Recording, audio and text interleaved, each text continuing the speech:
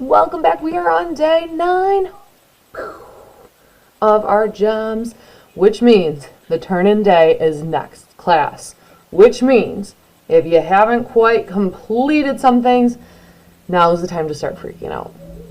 No, don't freak out, but it is the time to definitely get going. If you're feeling a little bit behind, this is the time we can see the finish line. It's right there. We need to get it into high gear so that we're getting it done on time. Here is my gem from last class, and you'll remember that this is simply basically the same cut I did before, only a completely different angle, which gives it an entirely different look. Also, what's gonna give it an entirely different look is the fact that I am gonna make this an entirely different color. So yes, my first gem was purple, right? That amethyst kind of color, like you're seeing below. But this time I'm gonna make it a nice ruby red. So you decide what you want your second one. Do you want it to be your birthstone? That could be kind of cool, right? We learned about birthstones, so maybe it could be your birthstone. Maybe if it's a gift for somebody else, maybe it's their birthstone color. Or maybe it's just something you really like. For me, I'm doing the ruby red. It is not my birthstone, but I like it. So that's what I'm going to do. And I can still remember, I can reference what I'm seeing down here as far as like, okay, so this part would be maybe like a little darker red, and maybe this is going to add in some blacks even, like make it really, really dark. And this is going to be lighter, so maybe I'm adding in some oranges and maybe even like a little touch of yellow or pinks, right, for those highlighted areas. So anyway, letting you know that, or of course maybe you're looking at something else entirely. Maybe you have a stone in front of you and you're referencing it in real life. Wouldn't that be cool? I don't own any rubies though, so I most definitely am not doing that. So I'm going to get a start on mine. You all get a start on yours, and I actually have a pretty cool time lapse for you guys of a ruby, so we will check that out. And you guys, once again, you can be working right along with it. If you want to glance up and watch it as well, that's cool too. But we want to use this nice amount of work time because once again, it is all due next class. See you then.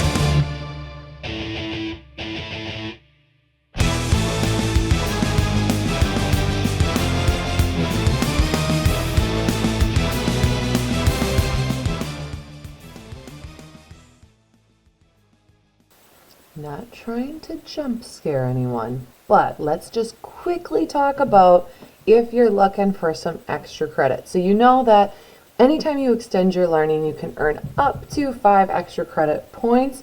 In this instance, what could you do? Well, you can always make another gem, right? Have a third gem, and maybe for the third one, you don't need to worry about the symmetry, and maybe you take some extra chances that are a little outside the box. The jewelry box, that was terrible.